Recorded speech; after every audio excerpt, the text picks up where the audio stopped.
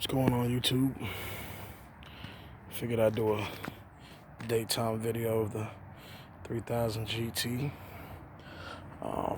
It's a 98 base single overhead cam. Of course, people will knock it. Oh, why you buy a single overhead cam?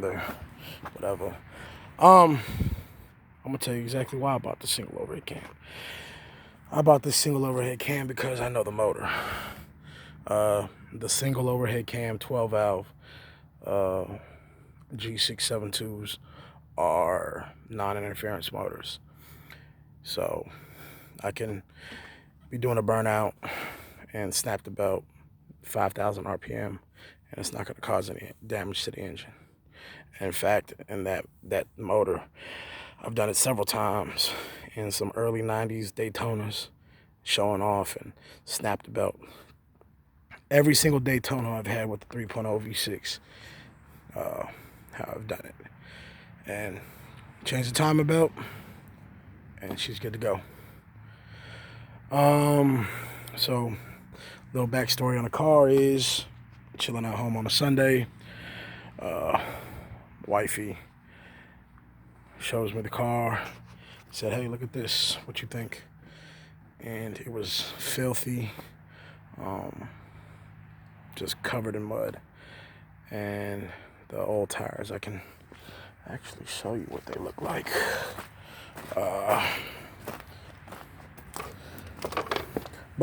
Yeah, just run down.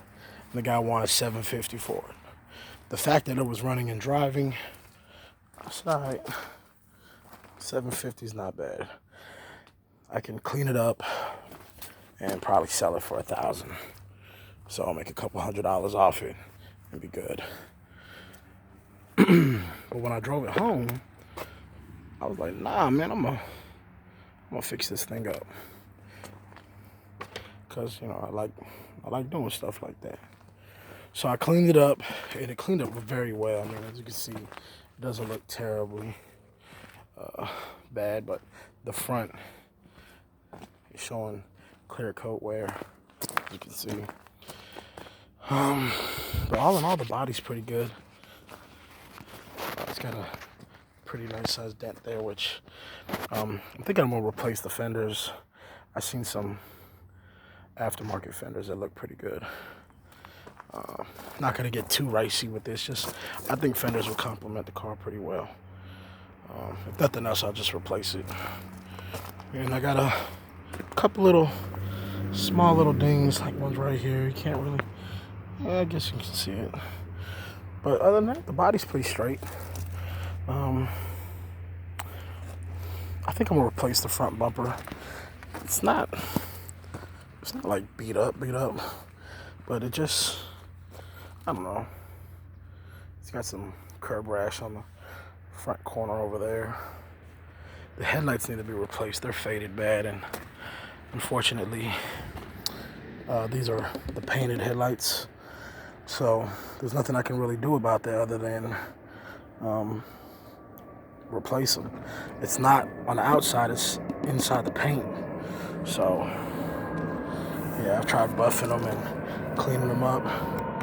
It's this Lexan. So yeah, I think I'm gonna go with the black headlights. Of course, I would love to get the Robo mods, and I've actually found some for sale for like $400. Pretty clean. I've actually seen a couple 94 3000 GTs for sale that quote unquote have the glass headlights, but I'd have to actually put my eyes on it to make sure and verify. So this is what I've done so far. Started going with black interior. Everything in here was tan. Seats were tan, carpet was tan, door panels, back panels. She said I still have the tan seat belts. I got a new 10.1 TV screen, Rally Art boot, katana shift knob, new speakers in and out, 6x9s in the back, 6.5s in the front and the 3.5s in the dash, just to replace the tweeters. They don't fit. They're not perfect, but they do the job. And they actually, you read on the forums, people saying get good door speakers and, you know, blah, blah, blah. But trust me, those dash speakers really do make a difference. People say the glass absorbs the sound. That is just ridiculous. The sound is reflected off the glass and bounced back towards you, and it just gives you a more encompassing sound. The mileage on the car is pretty high, I think 207. The car had major oil leaks, and if you can look back at my videos, you'll be able to see some of the videos before. But I've pretty much gone through the motor as far as external parts, oil seals, water pump, timing chain, or timing belt, rear, front main seals, new clutch, stage 2 clutch. Actually dropped the transmission, changed the clutch out in a few hours. Coil over, adjustable damper suspension,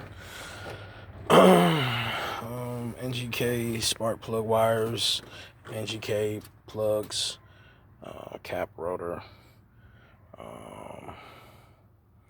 new motor mounts front and back, LED headlights. I have a piece of cardboard jammed underneath here because I can't get the level on this side to match. The adjusters just won't work. So this headlight would have to be replaced anyway because that's internal. And I mean, if I'm gonna take this light apart to fix it, I might as well just replace it. So yeah, I mean, everything on this side of the motor was completely caked up. Like there wasn't really any white anywhere. I mean, this thing was filthy. All on the hood was filthy. Oil was everywhere. As you can see, it's cleaned up pretty good. Got some dust and stuff I'm setting, but it goes all the way back. I've gotten all along the firewall, down. I had all this taken out. As you can see, this side wasn't real terrible because I mean it was just more covered in mud. The subframe been cleaned up. There's still some spots where you can see. Let's see if you can get that. So in between those aluminum hoses for the air conditioning, that's all caked up. It should be white. So you know that's just the spot I haven't cleaned. As you can see, all the AC pump was covered in it, and I've cleaned it here and there. So yeah, I want to find a heat shield for that manifold. I was gonna do a exhaust manifold all the way back, nice stainless, but I wanted to get the car up and running before I poured too much money into it. As of right now, I mean, I'm probably I didn't pay for the car. My girl paid for it. It was supposed to be a project, so I'm nothing in on the purchase of the vehicle, but everything that I put into the vehicle, I probably say I'm close to $1,000. The rims come off of the Infiniti, so those are actual 20-inch M37 Sport rims, 20 by 9.5. The tires are 245 40s.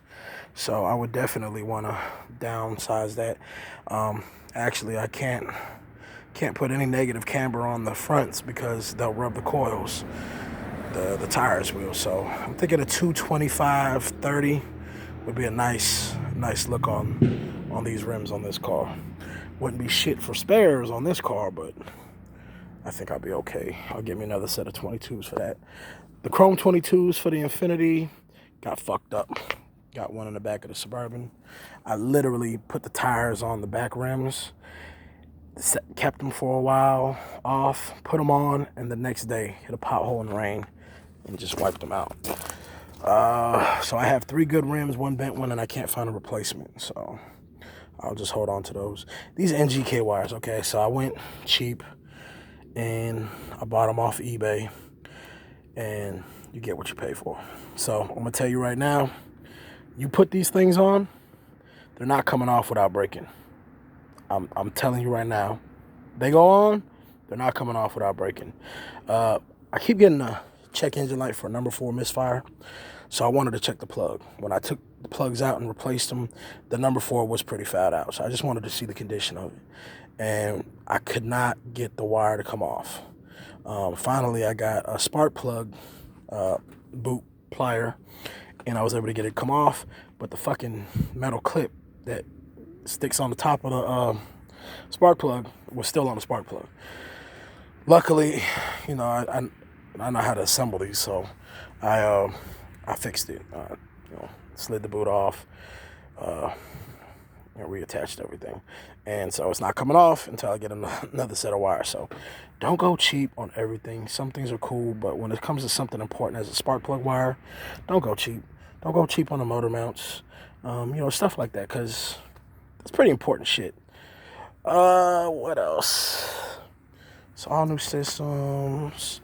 I put a little 10-inch sub in the trunk. Nothing too fancy. I got my sunroof to work. That was cool. Got a little 10-inch sub.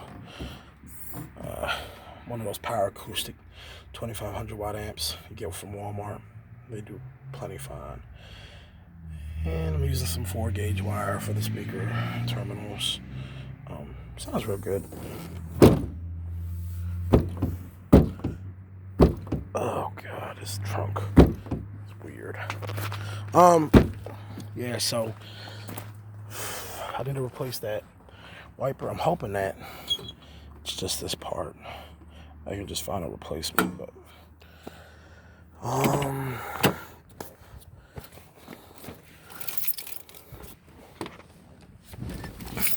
sorry if the video's pretty crappy. Sorry if I'm breathing hard. I'm getting over the flu, so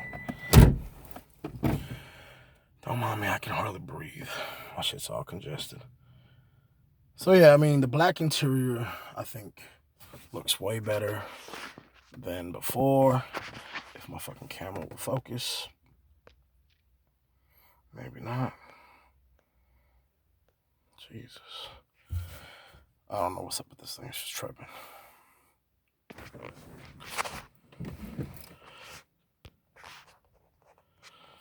Okay. Maybe it's not going to focus. There it goes. I know there's a big glare on the screen, but trust me, the stereo's crystal clear. So a couple cool things about this is it came with the dash cam. You can see the hood. There it is right there. It came with, let's see. I don't know if it's going to work. Yeah, I got to turn the key forward. Let's see. Backup camera.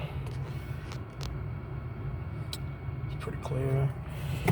And it came with the OBD2 reader. So I like this thing. This thing's pretty cool. It gives you real-time information, RPMs, mile per hour, vacuum, voltage, all that stuff. And it reads code, so it's, you know, it's a code reader too. And I have mine set to where it will automatically delete the codes after a while. So my check engine light will come on for that number 4 misfire. And then bank 1, sensor 1, O2 sensor, which I've had the problem since I got the car. And it'll clear them. For the most part, the car runs fine. It doesn't really have a miss. See, I got the check engine light's not on. Sometimes when I start it up, it's on. Sometimes when I start it up, it's not. Sometimes it comes on while I'm driving. Sometimes it don't. Engine is at operating temperature. See, that's her talking to me, telling me that the engine's at operating temperature, which, as you can see, let's see the real-time information. RPM's at 780, 800. Speed is your speedometer, which I'm not doing. Coolant temp, vacuum, throttle, which is based off of how much you press the gas, I guess. Maybe air fuel, I don't know. And this is customizable. I don't know much about it. I haven't really messed with it too much. But on a default screen, like, all this is customizable. You can set your own background. I have the low RPM gauge, so you can put shift lights. You can do track times and stuff like that. This dials it all in. You can put your car in here and put every spec of the car, from the fuel mileage, the gallons, the curb Pending weight. fault code found. Okay, look. P0135. O2 sensor heater circuit bank 1 sensor 1. Cleared fault codes. See, just said it came up and it cleared it. You see, no checking this light. So yeah, and then the cool thing about this is you don't have to be in this. So what I do is I cut it on, and then I go out. These are those Android radios, so I go home, and then I'm always in my Xbox Live. I mean, not my Xbox Live, my Live X Live, which is the redesigned Slacker radio. So if you know anything about Slacker radio, then you're good. As you can see, my radio has the built-in volt reader, which is pretty cool. So the good thing about these Android radios are they hook up to Wi-Fi. They are literally an Android tablet in your dash, and as long as you have Wi-Fi, you can surf the web, listen to streams, watch movies, look at YouTube, all that. The great thing about LiveX Live, which previously was known as Slacker, is you can save your playlist to your head unit. I think this one has a 64 gig memory, so I mean, I can save endless hours of music, and I actually have a decent amount. So let's go to my profile, my subscription. See, I got several different playlists, and all of them have hundreds of songs in them. So I'm listening to some West Coast music right now. $20 pause, boy. Get your shine stick. You're going to La La Land.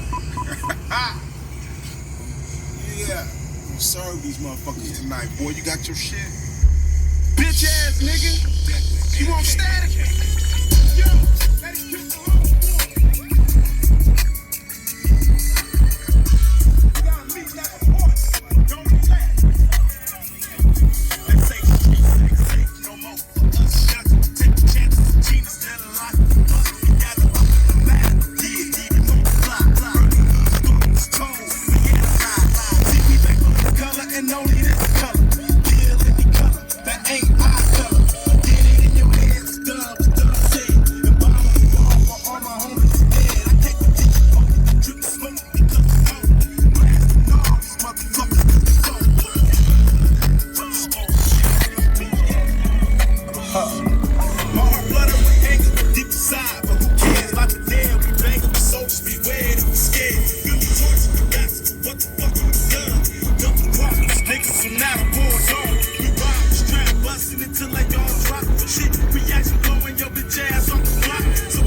sounds good.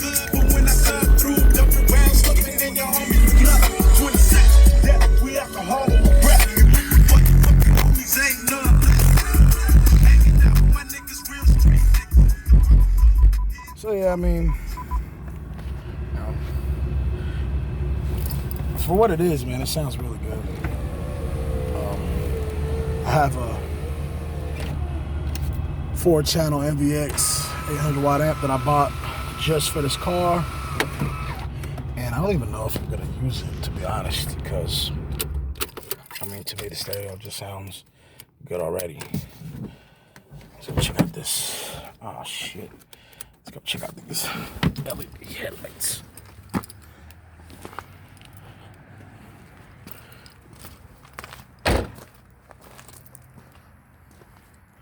Lows and highs, of course.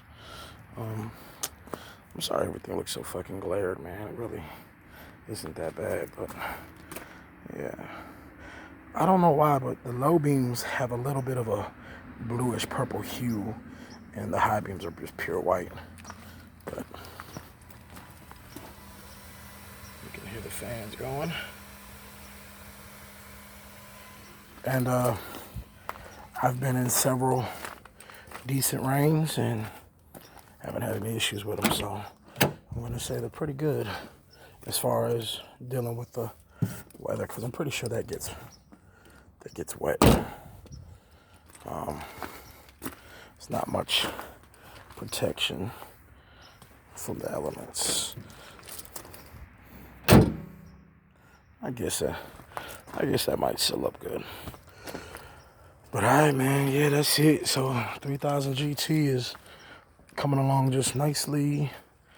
The plan very soon is an exhaust and some smaller tires, maybe some different rims. I actually like the rim, man. It's a hyper silver concave style rim. It fits the car very well. I mean, it doesn't poke at all. And you don't see a lot of 20s on these, and you don't see a lot of them lowered. And yeah, so if you're curious, it's a fucking rough ride. This thing is not anything comfortable to drive. I got it lowered, and I have it stiff as shit because the tires are so tall that they literally will rub. I mean, that's it. So when you put all your weight on it, you'll bend the fucking fender before you get that car to budge. But yeah, because it's so stiff, it's just not a comfortable ride. So I get a little bit smaller tire, I will soften up that front suspension. Back suspension's already pretty decent. I mean, I have no rubbing issues. So yeah, plan on putting 26s on the Bourbon, and I'll actually be driving that more often once we put the wheels on it. I got the rims from the Camry on the Infiniti, so I'll be putting some different rims on the Infiniti, and we're going from there. Stay tuned. Appreciate the support. Any questions, any way I can help y'all. If you have any suggestions or any pointers for me, let me know. All right, man. Peace.